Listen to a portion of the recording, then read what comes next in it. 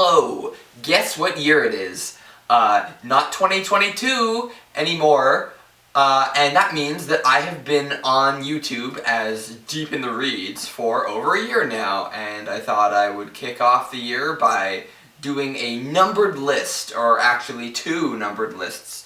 My top 5 and bottom 5 reads of 2022. And in case you missed the title, this is the top 5 books that I've read in the last year.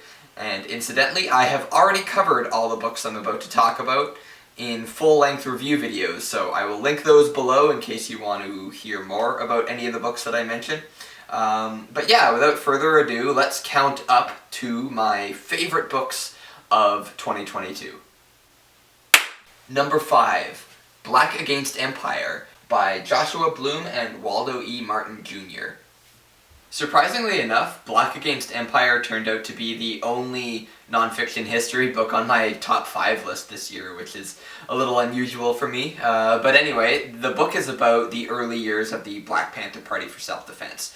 The Black Panthers are often either vilified or romanticized, and there's not a lot of level-headed books on the subject matter, which is why I was really excited to read this one, which claims to be a lot more sober in the approach. And as someone who's getting really interested in the civil rights movement, I really wanted to read a book that was about the sort of the more ignored aspects of the black rights movement and the civil rights movement. And I thought this was a really great place to start. Black Against Empire is written to be very introductory and very accessible, so it doesn't bog you down with too much information or academia or what have you. And it has a lot of really good narrative flow, especially at the start of the book. I gained a lot of respect for the Black Panthers over the course of reading this. I learned about their social programs, they would feed impoverished children, they would educate people for jobs, they would do prison busing, they would do medical services, all stuff that really benefited low-income communities and neighborhoods of color. And on top of that, the book, of course, explores the brutal violence that the Black Panthers were faced with, where entire neighborhoods were turned into war zones because these, oh my gosh, it's black people with guns who want to stand up for themselves, heaven forfend. And you would see things like the Fred Hampton assassination and other things like that that are just absolutely appalling to read about. But on top of talking about their social programs and their ideology and the ways that they were oppressed, the book also goes into detail about the issues in the Black Panther Party. They had this very inherent misogyny in the early years that they later had to confront. And there was a lot of fracturing in the party, there was a lot of internal violence, especially in the later years. So it's a very well-rounded approach. My only issues with this book is that some sections are too repetitive, while others are not enough detail. And then the other thing is that there was this weird mixed chronology thing in the later chapters, which in my opinion sort of needlessly complicated a few of the sections, but overall, really good book. I highly recommend it, obviously. So, yeah, check out Black Against Empire. Number 4. Canterbury Tales by Geoffrey Chaucer.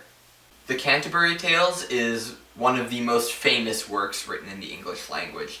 It's an epic poem written at the end of the Middle Ages about these 30 pilgrims who all go from London to Canterbury Cathedral, where they want to worship at the altar of St. Thomas Becket. And along the way, they all decide to tell each other stories, and whoever tells the best story will have their dinner paid for when they go back to London. And Chaucer never finished the work, but in spite of that, it's a lot of fun to read, it's really engaging, and the stories range from being outright hilarious, like The Miller's Tale, to very depraved and hateful, like The Prioress's Tale. And Chaucer immerses you in the story and the road to Canterbury by making sure that the short stories that you're hearing aren't free-floating. He immerses you in the setting by having the pilgrims interrupt each other. They get on subjects like love or marriage, for example, and then each story for a little while will be different perspectives on that, or they'll use the stories to insult one another. So it's very engaging for a lot of those reasons, and you learn a lot about perspectives of the Middle Ages. You learn about like the different classes, how they thought of each other, and Chaucer is incredibly satirical. He has this wry humor that runs through the whole thing. So a lot of the times the book is just dripping with irony, and it's very playful in a lot of ways. I love how he uses language. So yeah, if you're thinking about reading Canterbury Tales and you're a little bit intimidated, like, trust me, just read the prologue, see if you like it, and you'll probably find that it's a lot easier to read and enjoy than you might have been sort of anticipating. So yeah, definitely check out Canterbury Tales. Some of the stories are a little difficult, some of them are a little boring, but a lot of them are a lot of fun. And once you get sort of used to the rhyming, you'll sink right into it. It's really engaging and really worth seeking out. Number 3, Stone Butch Blues by Leslie Feinberg. So, this was a pretty major book crossed off my list this year.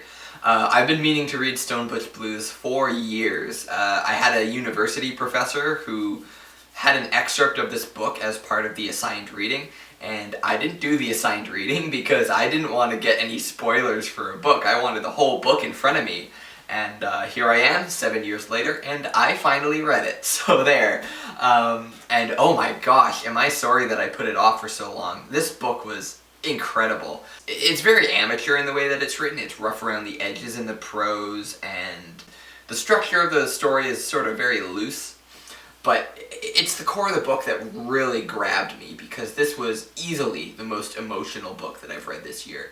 It had the highest highs and the lowest lows. I must have cried like 4 times reading this, and it kind of alternated between sad tears and happy tears. So the book is about Jess, who is a young butch lesbian who goes from town to town, job to job, and is always connecting with local gay bars and queer communities. During the book, they come to terms with their sexuality, they come to terms with their gender identity, and the book has this really unique way of exploring what things were like in the 60s and 70s and what it's like to be on the margins of society or an oppressed class, where it's very intersectional in the approach. So oftentimes it'll deconstruct, say for example, queer spaces and show the ways that they sort of replicate heteronormative dynamics by having like butch versus femme or whatever. So you'll see things like gay people being transphobic, or people being sort of weirded out by 2 butches getting together. But you'll also see things like labor rights and things like that, where there's all these labor strikes, so there's a lot of like class oppression as well as like misogyny, racism. And so the book, in dealing with all of that, of course, is quite disturbing. Like, this book is absolutely not for the faint of heart. There's a lot of graphic depictions of police brutality, of sexual violence, of, suicide, self-harm. But at the core of this book is this really profound sense of solidarity, of finding people who understand you, who don't judge you for what you are. And so while the book is very disturbing and it will get you emotional, it's also incredibly powerful at points. So absolutely seek this book out. It's available for free on Leslie Feinberg's website. You can download the PDF and just read the whole thing. So I don't know what took me so long, but yeah, seek this book out. It's absolutely worth your time. Number 2, Howard's End by E.M. Forster. So early on in 2022, I finally got around to reading Pride and Prejudice by Jane Austen, which I was really looking forward to. Unfortunately, I really didn't like it. It almost ended up being on my bottom 5 list of worst reads I'd read this year. And I thought to myself, well, maybe it's just because I don't really like parlor room dramas about a bunch of gossipy rich people. But then I read Howard's End, and that book is very similar to Pride and Prejudice in a lot of ways. I think the reason that I connected more with Howard's End, there's a few reasons, but one of the main ones is that the complacency of the main characters does not go unchallenged.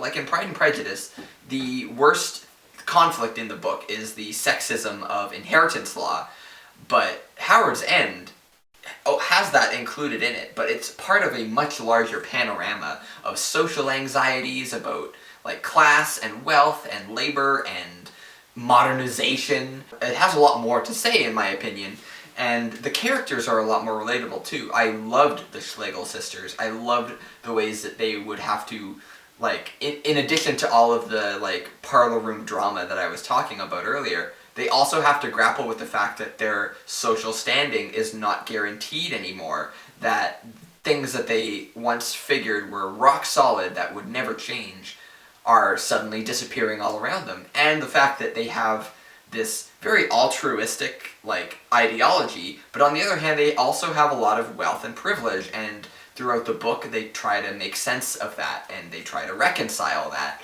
in a lot of sort of interesting ways, and the character growth that comes about as a result is really interesting. The only main issue is that there's, just like in Pride and Prejudice, there's a very insufferable relationship at the core of the story. But again, in Howard's End, I found that the relationship was deconstructed in a way that was obviously very critical, and I really liked watching it play out, even though I wanted to tear my hair out the whole time. So yeah, if you're looking for a classic that has a really great story, has really great characters, and is pretty accessible to read, then by all means check out Howard's End. And my favorite book of 2022 is Jonathan Strange and Mr. Norrell by Susanna Clarke. Imagine my surprise when it turns out that my favorite book of the year is a large, popular fantasy novel. I don't have the best track record when it comes to popular fantasy. Whenever I do like a fantasy novel, it's usually something that's relatively obscure, like The Broken Sword. So I knew I was taking a bit of a risk with this one, but on the other hand, I really wanted to try to get more into fantasy in 2022. So I'm happy to say that not only did I really like Jonathan Strange and Mr. Norrell, but it is now my favorite fantasy novel ever! So the book is set in an alternate history. It's London in the 1800s, and everything's pretty much the same, except that in this world, magic is real.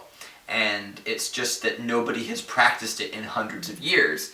So onto the scene comes Mr. Norrell, and he is doing practical magic, and he wants to sort of spearhead a movement to bring magic back, but only on his terms. Into the fray comes Jonathan Strange, who wants to be Mr. Norrell's apprentice. But Jonathan Strange is a lot more altruistic. He wants magic to come back for everybody.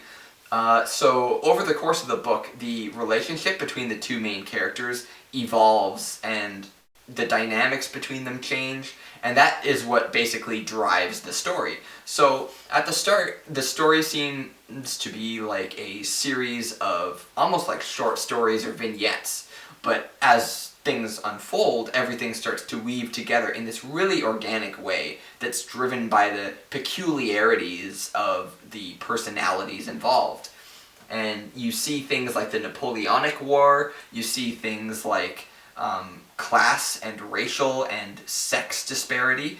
I love the way that Susanna Clarke deconstructs the time that she chooses to set her book in. Because, you know, a lot of fantasy authors will set their book in sort of a medieval pastiche, but they'll never, like, deconstruct or critique the dynamics of the society that they're writing about. But Susanna Clarke has all these, like, subtle ways of implying the social strata of, like, the early 1800s. And so a lot of the curses and hexes that you see play out during the story have very reminiscent parallels to, like, sexism or colonialism or what have you.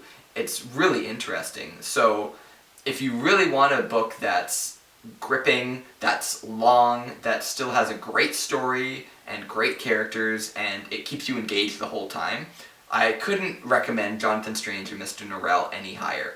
The only problem I had is that there were a couple of characters that were a little bit flat for me, including Jonathan Strange's wife, but for the most part, everything's shown about this book, and I would recommend it to just about anyone who's looking into reading novels. So yeah, I'm very happy to say that Jonathan Strange and Mr. Norrell is my favorite read of 2022. So there you have it. Those are my top 5 favorite reads of 2022.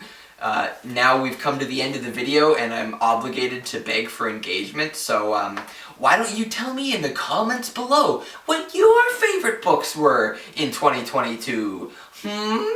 Or you could tell me what books I should read in 2023. And you can subscribe, and you can like, and you can hit that bell, and tune in next time when I come back with a list of my least favorite reads in 2022 and inevitably rant at the camera for 15 straight minutes. So you have that to look forward to. But until then, I will see you next time. Whoa! Whoa! Whoa!